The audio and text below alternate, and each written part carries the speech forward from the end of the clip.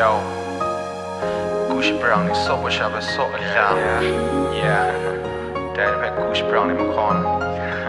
YK, yep, J-Mo Drumma. Okay, BW Kaw Kaw. Yo, no production. Yeah.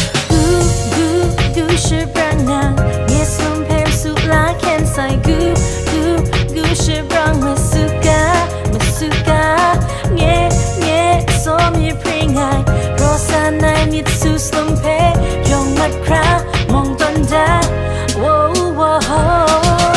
Slum sa bin prunga lam ni jongo, man am pick jawana so I lam ni cry, pam jo na kuwa sora mi ni pe lu kap la shiata.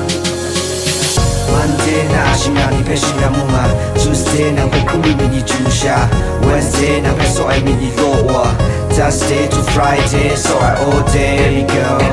Kamu, ustum am tu nang rai na kamu, baby girl. Kamu, ustum asoy tu rai na nang kamu, yang pe so I mi ni kon ni teli, waja wasay ustum sa tu me la min jang sukra, baby girl. Ala kong tangin jun so ra dek wait pass.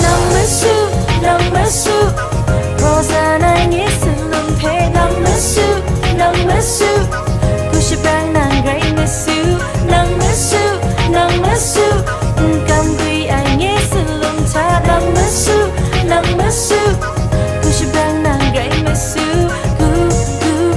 Shabrang nang ni silum pe su la can say Shabrang Masu Ka, yeah, so me bring I, Rosa nai mit su slum pe, Yong mat kra, mong tonda, whoa.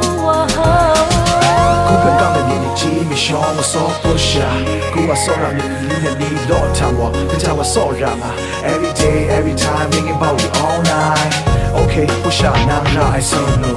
Kuwa lu suka ni yong nang ma du tawa ratio mwem sana.